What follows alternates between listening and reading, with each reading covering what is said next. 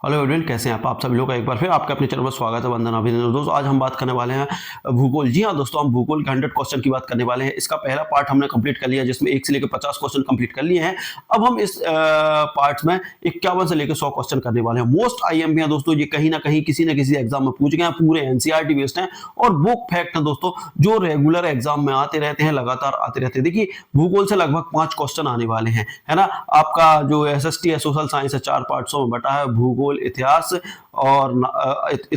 और उसके बाद अर्थशास्त्र और उसके बाद राजनीति, है ना। ये चारों में से आप लोगों को आना है। और दोस्तों यदि इससे पहले आप लोगों ने वन लाइनर नहीं लगाया है दोस्तों, तो वन लाइन जरूर कंप्लीट कर लें, क्योंकि मैंने जो वन लाइनर कंप्लीट किए हैं वो दोस्तों प्रत्येक सब्जेक्ट के 500 क्वेश्चन, वो क्वेश्चन निकाले हैं 500-600 जो जैसा इंपोर्टेंट सब्जेक्ट है वैसे निकाले हैं। यदि हम बात करें तो भूगोल में 500 क्वेश्चन है ना। अर्थशास्त्र की बात है तो अर्थशास्त्र में भी 500 है। वहीं हिस्ट्री की बात करें तो फिर हिस्ट्री में 600, 500-600 क्वेश्चन है ना। हिस्ट्री के बाद हमारा जो राजनीति है उसमें भी 500, ऐसे करके हम बात करते हैं तो 2000 क्वेश्चन जो मोस्ट आईएमपी है आपके वन लाइनर में, वन लाइनर फैक्ट में। ऐसे ही आपके साइंस में है ना। तो ये क्वेश्चन और मात्र कितने 2 से 3 घंटे में आप कवर कर सकते हैं, क्योंकि वन लाइनर में आपको ज्यादा लेंथी पढ़ना नहीं है। वन लाइनर पढ़ते जाओ और उसको टिक करते जाओ और याद करते जाओ। तो आप लोगों ने अभी तक वन लाइनर नहीं लगाया तो दोस्तों वन लाइनर लगा लीजिए, क्योंकि एग्जाम कभी भी हो सकता है। अभी नोटिफिकेशन जारी नहीं हुआ है, अभी नोटिफिकेशन जारी नहीं हुआ, इसका मतलब यह है कि आपको 31 से ही है। जब नोटिफिकेशन जारी हो जाएगा, डेट एक्सटेंड होना है या फिर उसी डेट में होना है, वो लगभग आज क्लियर हो जाएगा। तो इसलिए दोस्तों मैं बार बार कह रहा हूं कि वन लाइनर कर लेना यदि सिलेक्शन लेना, क्योंकि देखिए ये वो क्वेश्चन है जो आप लोगों का सिलेक्शन डिसाइड करेंगे। यदि मान लो यहां से आप लोगों ने ये वन लाइनर कंप्लीट कर लिया, मान लीजिए सारे सब्जेक्टों का, और यहां से 20 नंबर बढ़ भी गए, 20 नंबर यहां से बढ़ गए, आप लोगों के वैसे 50 नंबर बन रहे हैं और 20 ये ऐड कर देते हैं, 270 नंबर हो जाते हैं। 70 नंबर में 100% आप सिक्योर हो जाएंगे, सिलेक्शन हो जाएगा। और वही बात मान ले, यदि मान लो किसी व्यक्ति ने, किसी बंदे ने ये वन लाइनर कंप्लीट नहीं कर पाए, वन लाइनर नहीं कर किया कंप्लीट और सिर्फ 50 ही रह गए, मान लो 8-10 नंबर और इधर उधर से पढ़ता रहा तो वहां से आ गए, तो भी 10 नंबर का अंतर रहेगा, वो काफी है आप लोगों के सिलेक्शन के लिए, क्योंकि एक एक पॉइंट बहुत जरूरी रहता है। तो अब बात आती है कैसे मिलेंगे आपको ये वन लाइनर। तो इसके लिए आपको क्या करना होगा, मेरे व्हाट्सएप नंबर 7828657271 पर जाना है और वहां से मैसेज करना है कि आपको वन लाइनर चाहिए एनसीईआरटी बेस्ड, तो वो आप लोगों को मिल जाएगी। एक मामूली सी कॉस्ट 100 रुपए का पे करके। देखिए 100 रुपए पे ज्यादा नहीं है दोस्तों। हम 100 रुपए का जो लोग गुटखा, पान, बीड़ी, तंबाकू करते हैं वो खा जाते हैं। यदि दिन भर में एक पाउच खा लिया रात्रि तो 40 रुपए का वो हो गया, 1-2 सिगरेट पी ली है तो काम खत्म हो गया, है ना। तो ये उससे अच्छा है कि यदि हम एक बार इन्वेस्ट कर दें। और दोस्तों कोई मैं आपसे 2000-5000 का नहीं रखा, बड़ी बड़ी कोचिंग में आपने सब्सक्रिप्शन 6-7 हजार में लिए और दोस्तों परिणाम क्या निकला, परिणाम ये निकला कि जीरो निकला।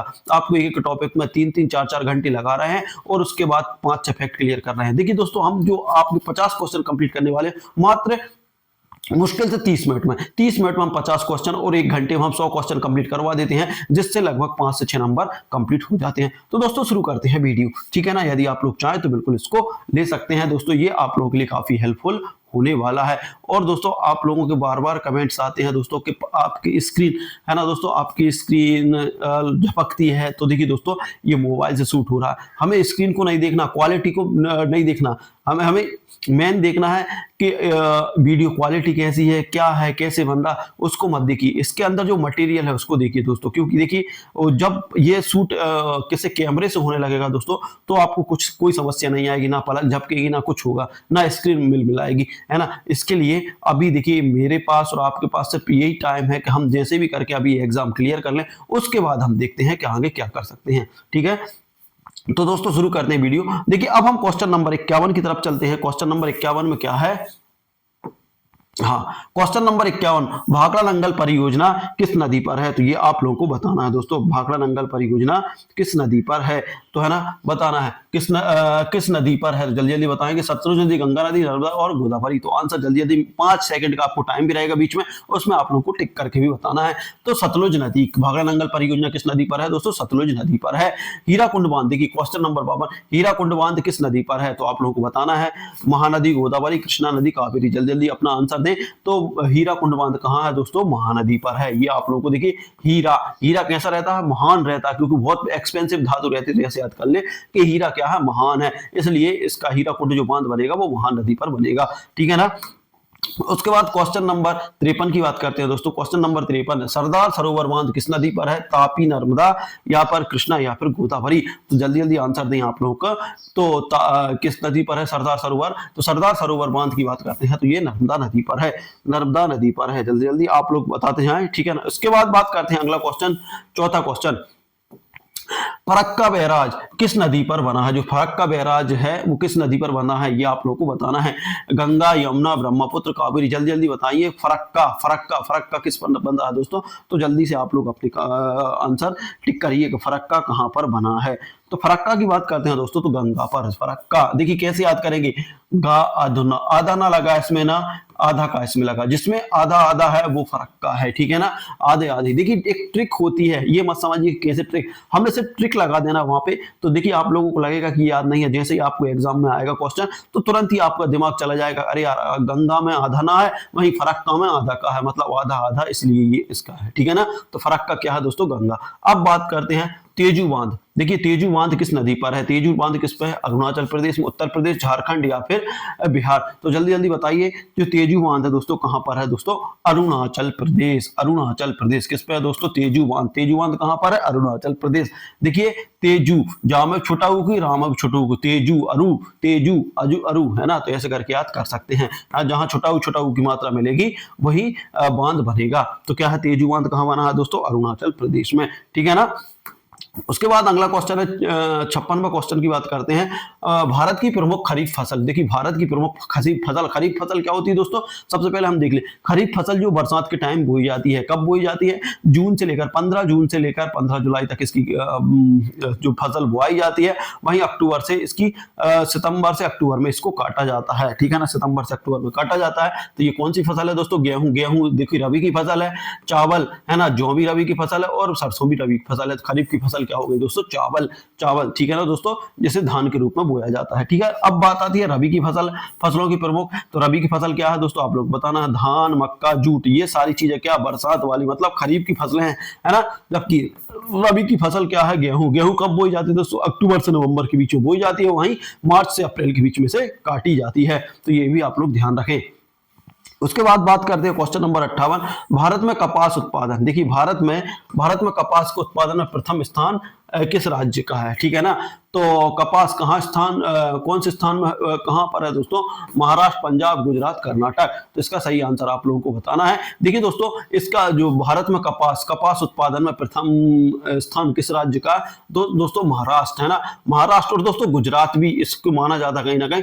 तो आप लोग इसको क्लियर करके कमेंट बॉक्स में जरूर लिखें। वैसे महाराष्ट्र है इसका आंसर, है ना, और आप लोगों को कहीं कहीं गुजरात भी देखने को मिल सकता है, ठीक है ना। तो इसको आप लोग एक बार सर्च कर ले गूगल पे और उसके बाद यहाँ पर क्लियर कर लें, ठीक है ना। उसके बाद क्वेश्चन नंबर 59 की बात करते हैं। क्वेश्चन नंबर 59, गन्ना उत्पादन में प्रथम स्थान। देखिए गन्ना उत्पादन में प्रथम राज्य कौन सा दोस्तों, जहां गन्ना सबसे अधिक उत्पादन किया जाता है? तो जल्दी जल्दी आप लोग अपने आंसर दें। तो क्या देखिए, उत्तर प्रदेश, महाराष्ट्र, कर्नाटक, या फिर बिहार। सही आंसर क्या है दोस्तों? इसका उत्तर प्रदेश। उत्तर प्रदेश में गन्ने का उत्पादन सबसे ज्यादा किया जाता है। उसके बाद बात करते हैं अगला क्वेश्चन, 60वां क्वेश्चन है कि दोस्तों चाय उत्पादन में प्रथम राज्य। देखिए चाय उत्पादन में प्रथम राज्य कौन सा है? आप लोगों को बताना है कि कहां पर चाय ज्यादा उत्पन्न होती है। आसाम, तमिलनाडु, पश्चिम बंगाल, या फिर केरल। तो आप लोगों को आंसर देना है। क्या है सही आंसर? इसका सही आंसर है दोस्तों इसका असम इसका सही आंसर है। असम में सबसे ज्यादा चाय का उत्पादन होता है। अब खनिज और ऊर्जा से संबंधित क्वेश्चन आने वाले हैं आपके पास। देखिए भारत में कोयला उत्पादन में अग्रणी राज्य। देखिए कोयला सबसे ज्यादा कहां उत्पन्न होता है, ये आप लोगों को बताना। झारखंड, उड़ीसा, मध्य प्रदेश, छत्तीसगढ़। तो जल्दी जल्दी आंसर दीजिए। देखिए दोस्तों, मैंने एक ट्रिक बताई थी, झारखंड के लोग कैसे रहते हैं? काले काले काले, कहां काले रहते हैं। तो कोयला कहां निकलेगा दोस्तों? झारखंड में निकलेगा। सही आंसर क्या है इसका? झारखंड। माइका, देखिए मिका उत्पादन में भारत का कौन सा राज्य अग्रणी है? जो मिका उत्पादन है दोस्तों वो सबसे ज्यादा कहां होता है? तो ये इसका आंसर आप लोग को देना है। क्वेश्चन नंबर 62 का आंसर आप लोग दीजिए। तो मिका कहां निकलेगा? देखिए राजस्थान, झारखंड, आंध्र प्रदेश, या फिर तमिलनाडु। जो मिका है, मिका दोस्तों कहां निकलता है वहीं हम बात करते हैं। तो जल्दी जल्दी आप लोग आंसर दें। मिका का जो है वो आंध्र प्रदेश में, जो मिका निकलता है दोस्तों आंध्र प्रदेश में निकलता है, ठीक है ना। मिका कहां पाया जाता है? आंध्र प्रदेश में। बॉक्साइट देखिए क्वेश्चन है बॉक्साइट किस धातु का है। देखिए बॉक्साइट किस धातु का आया इसका क्वेश्चन नंबर 63। तो आप लोगों को बताना है लोहा, एल्यूमिनियम, तांबा या फिर जस्ता। तो मोस्ट आईएमपी क्वेश्चन है जो डायरेक्ट किसी ना किसी एग्जाम में पूछे जाते हैं। और दोस्तों ये वही एग्जाम है जो कहीं ना कहीं कभी ना कभी पूछे गए हैं, ठीक है ना। तो बॉक्साइट, बॉक्साइट कहाँ किसका आया इसका दोस्तों, तो एल्यूमिनियम का आया इसका। जल्दी जल्दी आप लोग टिक कर ले, है ना। कुद्रेमुख किस खनिज के लिए प्रसिद्ध है। जो कुद्रेमुख है दोस्तों वो किस खनिज के लिए प्रसिद्ध है, ये आप लोगों को बताना है। कुद्रेमुख किस के लिए प्रसिद्ध है, तो आपको बताना है लोहा अयस्क के लिए। देखिए कुद्रेमुख सोना, लौह अयस्क, बॉक्साइट या फिर तांबा। तो जो कुद्रेमुख खनिज किसके लिए प्रसिद्ध है दोस्तों, तो लौह अयस्क के लिए। जो कुद्रेमुख है वो लौह अयस्क के लिए प्रसिद्ध है। सिंह भूमि क्षेत्र किस खनिज के लिए प्रसिद्ध है। देखिए कुद्रेमुख और सिंह भूमि ये दोनों को बताना आपको। कुद्रेमुख लोहे के लिए है, वहीं सिंह भूमि खनिज किसके लिए प्रसिद्ध है, तो कोयला, लोहा अयस्क, मैग्नीज या फिर मिका। तो इसका आंसर क्या है दोस्तों, जल्दी जल्दी आप लोग आंसर दीजिए। तो ये भी किसके लिए प्रसिद्ध है, लौह अयस्क के लिए। देखिए जो लौह अयस्क है उसके लिए कुद्रेमुख और सिंह भूमि दोनों ही प्रसिद्ध हैं। इसके बाद क्वेश्चन नंबर पे चलते हैं हम, क्वेश्चन नंबर 66 की ओर चलते हैं। किसकी ओर चलते हैं दोस्तों, क्वेश्चन नंबर 66। क्वेश्चन नंबर 66 है देखिए भारत में पेट्रोलियम का सबसे बड़ा भंडार कहाँ है। देखिए भारत में पेट्रोलियम का सबसे बड़ा भंडार कहाँ आप लोग को बताना है। असम में है, बॉम्बे हाई में है, गुजरात में या फिर आंध्र प्रदेश में। तो इसका सही आंसर क्या होने वाला है, जल्दी जल्दी आंसर दीजिए दोस्तों। सही आंसर है आपका बॉम्बे हाई। देखिए बॉम्बे हाई है ना, बॉम्बे हाई में पेट्रोल का सबसे ज्यादा भंडारण किया जाता है। और ये किस कंपनी द्वारा बनाया गया है, ये रिलायंस द्वारा बनाया गया है। ये भी आप लोग ध्यान रख ले, है ना। सौर ऊर्जा का सबसे बड़ा केंद्र कहाँ है। जो सौर ऊर्जा है दोस्तों सबसे बड़ा केंद्र कहाँ है ना, जोधपुर, लखनऊ, भोपाल या फिर कोयम्बटूर। तो आप लोगों को बताना है। देखिए सबसे ज्यादा गर्मी कहाँ पड़ती है दोस्तों, राजस्थान में पड़ती है। क्यों पड़ती है, क्योंकि बरसात नहीं होती। क्यों और क्या कारण है, क्योंकि वहां रेगिस्तान है। और क्या कारण है, वहां पर वन नहीं है। तो देखिए जहां पर सूर्य सबसे ज्यादा रहेगी, सबसे ज्यादा रोशनी पड़ेगी, जहां सबसे ज्यादा गर्मी पड़ेगी वहीं सौर ऊर्जा रहेगी। तो आंसर क्या हो जाएगा, जोधपुर। जोधपुर कहाँ, राजस्थान में। सौर ऊर्जा का सबसे बड़ा केंद्र जोधपुर राजस्थान में। भारत का सबसे बड़ा ताप विद्युत केंद्र, देखिए ताप विद्युत केंद्र कहाँ है, ये आप लोगों को बताना है। तो सिंगरौली, कोरबा, कोटा या फरीदाबाद। देखिए भारत का सबसे बड़ा ताप विद्युत केंद्र कहाँ है दोस्तों, तो इसका सही आंसर आप लोगों को देना है। तो क्या है दोस्तों, ये सिंगरौली है। क्या है दोस्तों इसका सही आंसर, सिंगरौली है। डायरेक्ट आप लोगों को याद रखना है। भारत का पहला परमाणु ऊर्जा केंद्र, देखिए दोस्तों भारत का पहला परमाणु ऊर्जा केंद्र कहाँ स्थित है, कोटा, तारापुर, कलकपक्कम, नरोरा। तो देखिए जल्दी जल्दी आंसर दीजिए। क्वेश्चन नंबर 69 का क्या है दोस्तों, आप लोग जल्दी जल्दी आंसर दें। तो ये तारापुर है। क्या है दोस्तों, तारापुर। भारत का पहला परमाणु ऊर्जा केंद्र तारापुर में स्थित है। उसके बाद है पवन ऊर्जा उत्पादन में अग्रणी राज्य। जो पवन ऊर्जा है अग्रणी राज्य कौन सा है, पवन ऊर्जा में राजस्थान, तमिलनाडु, गुजरात या फिर महाराष्ट्र। तो देखिए पवन मतलब हवा कहाँ सबसे ज्यादा चलेगी वो आप लोगों को देखना है, वहीं पे पवन और ऊर्जा सबसे अधिक होगी। तो देखिए जो तमिलनाडु है दोस्तों कहाँ स्थित है, समुद्र के किनारे स्थित है, मतलब वहां हवा ज्यादा चलने की चांस है। तो पवन ऊर्जा कहाँ संबंधित है, तमिलनाडु। तो तमिलनाडु। तो आप लोगों को आंसर क्या रखना है दोस्तों, याद, तमिलनाडु। ठीक है, पवन ऊर्जा का उत्पादन कहाँ होगा, तमिलनाडु। तमिलनाडु समुद्र के किनारे है और समुद्र के किनारे हवा ज्यादा चलेगी, ऐसे याद कर सकते हैं, ठीक है ना। उसके बाद बात करते हैं आगे महासागर में जल विज्ञान। देखिए अब क्वेश्चन आता है 71, ज्वार भाटा का मुख्य कारण क्या है। आप लोगों को बताना है कि ज्वार भाटा क्यों आता है ना, सूर्य के, चंद्रमा के कारण या वायुदाब के या फिर पवन के कारण। जल्दी जल्दी आंसर दीजिए। देखिए ज्वार भाटा का मुख्य कारण होता है चंद्रमा के जब अमावस्या और पूर्णिमा की रात में ज्वार भाटा सबसे ज्यादा उत्पन्न होते हैं। तो आप लोग ये भी पूछा जा सकता है कि चंद्रमा के द्वारा कब ज्वार भाटा उत्पन्न किया जाता है, तो कब होता है दोस्तों, अमावस्या और पूर्णिमा की रात में, ठीक है ना। सुनामी शब्द किस भाषा से लिया गया है, मोस्ट आईएमपी क्वेश्चन है। सुनामी शब्द किस भाषा से लिया गया है, हिंदी, जापानी, संस्कृत या फिर चीनी। तो जल्दी जल्दी आंसर दीजिए, क्या है इसका सही आंसर दोस्तों, जापानी। जो सुनामी शब्द है वो जापानी भाषा से लिया गया है, ठीक है ना। उसके बाद क्वेश्चन नंबर है 73। क्वेश्चन नंबर 73 की बात करते हैं। विश्व का सबसे बड़ा महासागर कौन सा सागर है, आप लोगों को बताना है। हिंद महासागर, अटलांटिक महासागर, प्रशांत महासागर या अंटार्कटिका महासागर। तो जल्दी जल्दी आप लोग आंसर बताएं कि कौन सा सागर सबसे बड़ा सागर है। तो सही आंसर क्या है दोस्तों, प्रशांत। जो प्रशांत है वही, प्रशांत जो शांत है वही बड़ा है, याद रख लें। जो शांत है, प्रा के साथ शांत आ रहा है ना, जिसमें शांति है वही सबसे बड़ा है, सबसे महान है। तो याद रख लें प्रशांत, ये अपने आप में ही शांत है इसलिए बड़ा है, ठीक है ना। जिसके अंदर शांति होती है वो बड़ा होता है, ऐसे आप लोग याद कर सकते हैं। जो प्रशांत है वो शांत है, ठीक है ना। क्वेश्चन नंबर आगे 74, गल्फ स्ट्रीम किस महासागर की धारा है। जो गल्फ स्ट्रीम है किसकी धारा है, आप लोगों को बताना है। अटलांटिक की प्रशांत हिंद अंटार्कटिक। तो आप लोग क्वेश्चन नंबर 74 का आंसर देना, फटाफट जल्दी जल्दी अपने आंसर टिक करिए। तो इसका सही क्या है, अटलांटिक। गल्फ स्ट्रीम कहाँ बनती है दोस्तों, किस महासागर की है, तो ये अटलांटिक में है ना दोस्तों, अटलांटिक महासागर। अब क्वेश्चन नंबर 75, समुद्र लवणता का औसत प्रतिशत कितना। मोस्ट आईएमपी क्वेश्चन, 1%, 2%, 3.5 या फिर 5%। सही आंसर क्या है आप लोगों को पता हो रहा, 3.5। जो समुद्र की लवणता है दोस्तों कितनी है, 3.5। लवणता मतलब खारापन है ना दोस्तों, खारापन है ना।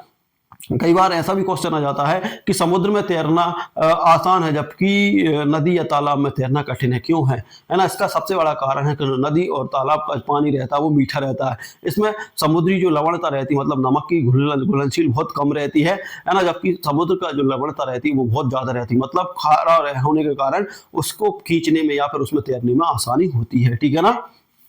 इस तरीके से भी याद रख लें। अब क्वेश्चन नंबर 76 की बात आती है। क्वेश्चन नंबर 76, ग्रीन हाउस गैसों में सबसे अधिक प्रभावशाली गैस। देखिए ग्रीन हाउस गैसों में सबसे ज्यादा प्रभावशाली कौन सी है, carbon dioxide, methane, nitrous oxide या सीएफसी मतलब क्लोरोफ्लोरोकार्बन। तो आप लोगों को बताना है कौन सी गैस सबसे अधिक प्रभावशाली है। तो दोस्तों कार्बन डाइऑक्साइड, CO2 के कारण ही ग्रीन हाउस प्रभाव। देखिए ग्रीन हाउस प्रभाव मतलब क्या, प्रकाश संश्लेषण क्रिया, सीधी बात है ना। तो उसके लिए क्या, कार्बन डाइऑक्साइड सबसे महत्वपूर्ण है।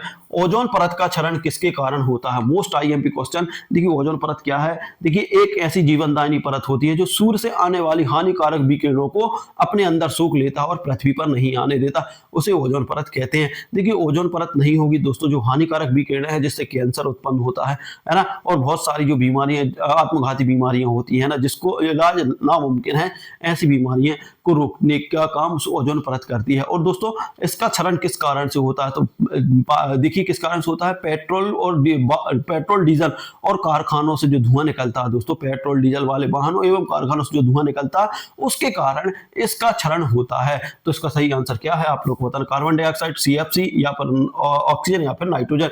तो सीएफसी क्या होता है, सीएफसी का मतलब होता है क्लोरोफ्लोरोकार्बन है ना, जो पेट्रोल डीजल की गाड़ियों से निकलता है और कारखानों से निकलता है वो होता है क्लोरोफ्लोरोकार्बन। इसके कारण ही ओजोन परत का क्षरण हो रहा है। उसके बाद क्वेश्चन नंबर हम 78 की ओर चलते हैं। 78 कौन सा है, साइलेंट स्ट्रिंग नामक पुस्तक किसने लिखी है, साइलेंट स्प्रिंग किसकी पुस्तक है, रेचल मार्शल की है, महात्मा गांधी की, नेहरू की या कावेलर की है। तो जल्दी जल्दी आप लोग आंसर दें कि किसकी है ये पुस्तक, जल्दी से आंसर दें। तो ये किसकी है दोस्तों, रेचल कार्सन की है ना, सॉरी कर्सन की, रेचल कर्सन की है। चिपको आंदोलन का संबंध किससे है, क्वेश्चन नंबर 79, जंगल बचाओ, पानी बचाओ, मिट्टी बचाओ या फिर समुद्र बचाओ। देखिए चिपको आंदोलन किससे संबंधित है, जंगल बचाओ, और इसके प्रवर्तक कौन थे, सुंदरलाल बहुगुणा है ना। इसका क्या नारा था कि जंगलों को बचाओ है ना। तो ये याद रख लेना किससे संबंधित है दोस्तों, चिपको जंगल से है ना। किसके प्रवर्तक कौन है, सुंदरलाल बहुगुणा, आप लोगों को ध्यान रखना है। क्वेश्चन नंबर अगला 80, पर्यावरण संरक्षण दिवस कब मनाया जाता है, पर्यावरण संरक्षण दिवस कब मनाया जाता है, 5 जून, 15 अगस्त, 1 जनवरी और 10 दिसंबर। तो मोस्ट सही आंसर क्या है दोस्तों, 5 जून को विश्व पर्यावरण दिवस मनाया जाता है। अब जैव मंडल और परिस्थिति तंत्र से आने वाले क्वेश्चन। अगला क्वेश्चन, साइलेंट वैली राष्ट्रीय उद्यान कहाँ है, आप लोगों को जल्दी से आंसर देना है। क्वेश्चन नंबर 81, साइलेंट वैली कहाँ पर है दोस्तों, केरल, उत्तराखंड, हिमाचल प्रदेश या फिर कर्नाटक। तो इसका सही आंसर क्या हो जाएगा दोस्तों, सही आंसर है केरल। केरल में साइलेंट वैली है ना राष्ट्रीय उद्यान है। भारत में सबसे बड़ा बायोस्फीयर रिजर्व, देखिए बायोस्फीयर रिजर्व कहाँ है आप लोगों को बताना है, सुंदरबन है ना, नंदा देवी, अंडमान निकोबार या फिर रणथंभौर। तो सही आंसर क्या है दोस्तों, भारत में सबसे बड़ा रिजर्व बायोस्फीयर कहाँ है दोस्तों, अंडमान निकोबार में। अब उसके बाद क्वेश्चन नंबर 83 का मोस्ट आईएमपी, राष्ट्रीय उद्यानों की संख्या 2025 तक लगभग कितनी है, 2025 मतलब वर्तमान की बात कर रहा है इसलिए मोस्ट आईएमपी है 102 है, 106, 110 है, 115। तो 106 के लगभग है दोस्तों, 106 राष्ट्रीय उद्यानों की संख्या वर्तमान में है। काजीरंगा राष्ट्रीय उद्यान किसके लिए प्रसिद्ध है, जो देखिए काजीरंगा राष्ट्रीय उद्यान है दोस्तों वो किसके लिए प्रसिद्ध है आप लोगों को बताना है, हाथी के लिए, गैंडे के लिए, शेर के लिए या बाघ के लिए। तो देखिए दोस्तों इसका सही आंसर आप लोगों को जल्दी जल्दी बताइए क्या है इसका सही आंसर, गैंडा। वो भी कौन सा, एक सींग वाले गैंडे के लिए प्रसिद्ध है काजीरंगा राष्ट्रीय उद्यान, ठीक है ना। उसके बाद बात करते हैं अगला क्वेश्चन 85, प्रोजेक्ट टाइगर। देखिए दोस्तों अगला क्वेश्चन आ रहा है, project tiger most IMP question है। प्रोजेक्ट टाइगर है ना कब शुरू किया गया, 1972, 1972, 1973, 1974, 1975 तो मोस्ट आईएमपी है, जल्दी जल्दी इसका आंसर दीजिए। तो 1973 में प्रोजेक्ट टाइगर शुरू किया गया था, जिसमें बाघों का संरक्षण जरूरी है, बाघों के संरक्षण के लिए ये चलाया गया था। उसके बाद अगला क्वेश्चन है 86, सहारा मरुस्थल कहाँ स्थित है ना? अफ्रीका, एशिया, ऑस्ट्रेलिया, उत्तरी अमेरिका। तो जल्दी जल्दी आंसर दीजिए। 86वां क्वेश्चन का आंसर आप लोगों को देना है। 86वां क्वेश्चन क्या है दोस्तों? जो अफ्रीका है, अफ्रीका में सहारा मरुस्थल है। विश्व का सबसे बड़ा मरुस्थल कौन सा है? सहारा मरुस्थल है। अमेजन नदी किस देश में बहती है ना? ब्राजील, अर्जेंटीना, पेरू या फिर कोलंबिया। देखिए जो अमेजन है, अमेजन कहाँ? ब्राजील। अमेजन नदी कहाँ बहती है? ब्राजील में बहती है। ये मोस्ट आईएमपी बताना है, ठीक है ना? पृथ्वी का सबसे ठंडा स्थान, देखिए अगला क्वेश्चन है 88, पृथ्वी का सबसे ठंडा स्थान साइबेरिया है, अंटार्कटिका है, ग्रीनलैंड है या अलास्का है? तो आप लोगों को बताना है। अंटार्कटिका है। कौन सा है आप लोगों का पृथ्वी का सबसे ठंडा स्थान? सबसे ठंडा स्थान आप लोगों को जल्दी जल्दी बताना है। तो क्या दोस्तों? अंटार्कटिका। अंटार्कटिका जो है जहां सबसे ठंडा स्थान है, जहां 6 महीने का दिन 6 महीने की रात होती है, क्योंकि ये ध्रुवों में है दोस्तों, ये ध्रुवों में है, इसलिए 6 महीने के दिन 6 महीने की रात होती है। विश्व की सबसे लंबी नदी, मोस्ट आईएमपी दोस्तों, है ना? नील है, अमेजन है, गंगा है या फिर मिसिसिपी है, मिसिसिपी है। तो आप लोगों को बताना है सबसे लंबी नदी, सबसे लंबी नदी कौन सी? विश्व की सबसे लंबी नदी कौन सी है? नील है ना? नील है, सबसे लंबी नदी है। आप लोगों को ध्यान रखना, अमेजन और नील से कंफ्यूज ना हो, नील है, ठीक है ना? माउंट एवरेस्ट किस देश में है? देखिए माउंट एवरेस्ट किस देश में है दोस्तों? भारत, नेपाल, चीन या फिर भूटान। तो सही आंसर क्या है दोस्तों? इसका सही आंसर है नेपाल, है ना? माउंट एवरेस्ट कहाँ स्थित है? नेपाल में स्थित है। भारत का आर्थिक भूगोल अब यहाँ से देखने वाले हैं, क्वेश्चन नंबर 91 से आप लोग यहाँ से मिलने वाले हैं। देखिए भारत का सबसे बड़ा औद्योगिक क्षेत्र, भारत का सबसे बड़ा औद्योगिक क्षेत्र क्या है दोस्तों? जमशेदपुर, कोयम्बटूर, है ना? मुंबई, पुणे और भोपाल, है ना दोस्तों? सबसे बड़ा कौन सा दोस्तों? मुंबई और पुणे जो क्षेत्र है वो उद्योग के क्षेत्र से बहुत बड़ा है, ठीक है ना? आईटी हब किस शहर को कहा जाता है? मोस्ट आईएमपी क्वेश्चन है। दिल्ली, बेंगलुरु। जो आईटी हब कहा जाता है दोस्तों, किसको कहा जाता है ये आप लोग बताना, चेन्नई या हैदराबाद। तो देखिए दोस्तों बार बार पढ़ते रहते हैं, लगातार पढ़ते रहते हैं कि मुंबई, बेंगलुरु जो है उसे आईटी हब के नाम से जाना जाता है। आईटी हब किसे कहा जाता है? बेंगलुरु को कहा जाता है। अगला क्वेश्चन है हमारा क्वेश्चन नंबर 93, भारत में सर्वाधिक कपड़ा कहाँ उद्योग कहाँ है? भारत के सबसे ज्यादा कपड़ा कहाँ बनते हैं? तो ये आप लोगों को बताना है। मुंबई, अहमदाबाद, कोयम्बटूर और कानपुर। दोस्तों आप लोगों के लिए एक हेल्पलाइन टिप्स दे रहा हूँ कि जो गुजरात है वो गुजरात कपड़ा उद्योग के लिए अग्रणी राज्य है। यहाँ सबसे ज्यादा कपड़े उत्पन्न बनाए जाते हैं। तो दोस्तों यहाँ पर बड़े बड़े मिल भी हैं। तो क्या है इसका सही आंसर? अहमदाबाद। अहमदाबाद कहाँ है? गुजरात में है, ठीक है ना?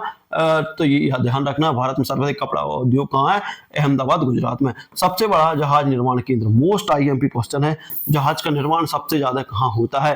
कोलकाता में। देखिए कोलकाता, विशाखापट्टनम, मुंबई या कोचीन। जल्दी जल्दी आप लोगों के आंसर दीजिए। क्वेश्चन नंबर 94, क्वेश्चन नंबर 94 का आंसर है विशाखापट्टनम। विशाखापट्टनम में जहाजों का निर्माण केंद्र है, यहाँ पर जहाज बनाए जाते हैं। अगला क्वेश्चन पे चल, भारत का सबसे बड़ा बंदरगाह, भारत का सबसे बड़ा बंदरगाह कौन सा? मुंबई है, कोलकाता है, चेन्नई है या फिर कांडला है? तो इसका सही आंसर आप लोगों को देना है। क्वेश्चन नंबर 95, कौन सा नंबर 95? मुंबई। क्यों रहेगा मुंबई? क्योंकि मुंबई पूरा समुद्र के पास में है ना? तो बंदरगाह का मतलब होता है दोस्तों जहां पर क्या हो? बंदरगाह का मतलब होता है जहां पर जहाजें, जो शिप रहती हैं वो आए जाए, है ना? तो सबसे ज्यादा कहाँ? मुंबई में आ जाती हैं, तो वही है, ठीक है ना? पृथ्वी का जल का प्रतिशत, देखिए पृथ्वी पर जल का प्रतिशत आप लोग बताना है। पृथ्वी पर कितने प्रतिशत जल है दोस्तों? 71% जल है, जबकि 29% क्या है? थल है, ठीक है ना? ये आपको ध्यान रखना है, ठीक है ना? पृथ्वी पर स्थल का प्रतिशत कितना है दोस्तों? स्थल का जब देखिए 71 ये हो गया तो 29% स्थल हो जाएगा।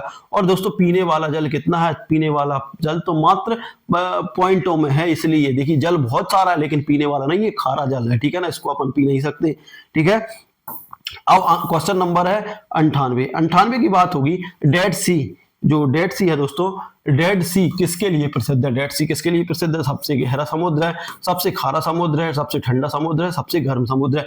मोस्ट आईएमपी क्वेश्चन है, क्या है इसका सही आंसर? सबसे खारा समुद्र है, इसलिए बोला जाता है इसे डेड सी, है ना? डेड सी, डेड सी मतलब मरा हुआ बोल सकते हैं इसको, है ना? किसके लिए? सबसे खारा है, ठीक है? नेक्स्ट क्वेश्चन है, विश्व की सबसे ऊंची झील कौन सी है? टिटिका है, बैकाल है, वोल्गा है या फिर सुपिरियर है? तो जल्दी जल्दी आंसर दीजिए। क्वेश्चन नंबर 99, क्वेश्चन 1999 में क्या है, टिटिका जो झील है विश्व की सबसे ऊंची झील है। सबसे ऊंची झील कौन सी है? टिटिका झील है। भारत का सबसे बड़ा राज्य क्षेत्रफल में कौन सा है? मोस्ट IMP कौन सा? उत्तर प्रदेश, मध्य प्रदेश, राजस्थान या फिर महाराष्ट्र? तो सही आंसर क्या है दोस्तों?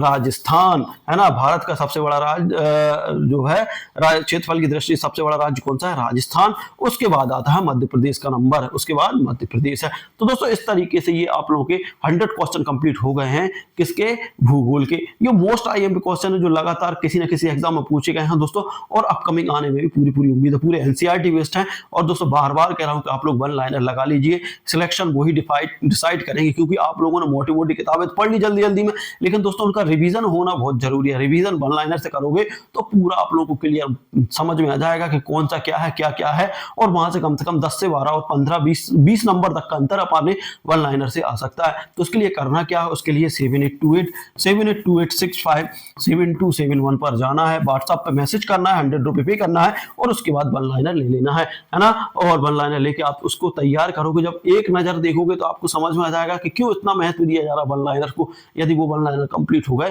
तो ये समझिए दोस्तों सिलेक्शन की आधी रास्ता हम लोगों ने कंप्लीट कर लिया। लेकिन देखिए वन लाइनर लेना मेन नहीं है, उसको पढ़ना मेन है।